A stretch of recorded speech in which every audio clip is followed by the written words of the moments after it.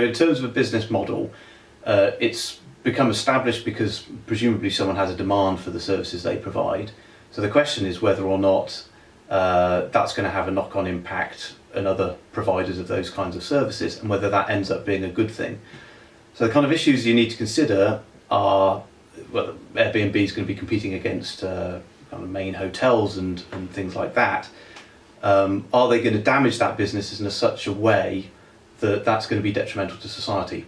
So to illustrate, if this new business grew sufficiently fast that people in large numbers moved from using hotel accommodation to Airbnb, and this meant that a lot of hotels went out of business, but then for some reason or other the Airbnb concept went wrong, that capacity is being lost, and that might be a bad thing. However, if the new business model that's being created is just a more efficient way of using resources, which perhaps it is, and because of the way it's organised, it seems like the way in which providers of space are able to communicate with people who might demand space through Airbnb is quite an efficient setup.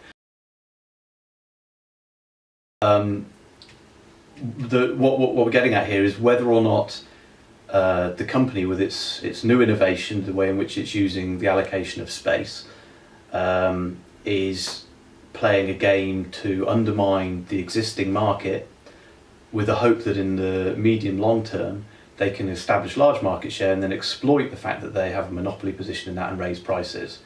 So that's quite an interesting question.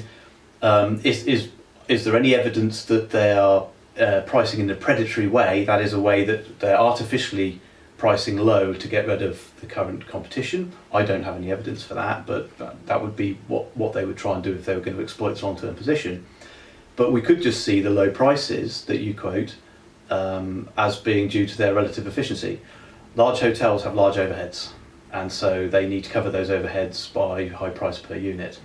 Airbnb works on the basis that they're using suitable accommodation which is already available and may have a fairly low cost of provision, and the price may well be reflecting that. So it may not be that the aim of the business is to take a dominant position in the future by predatory pricing now.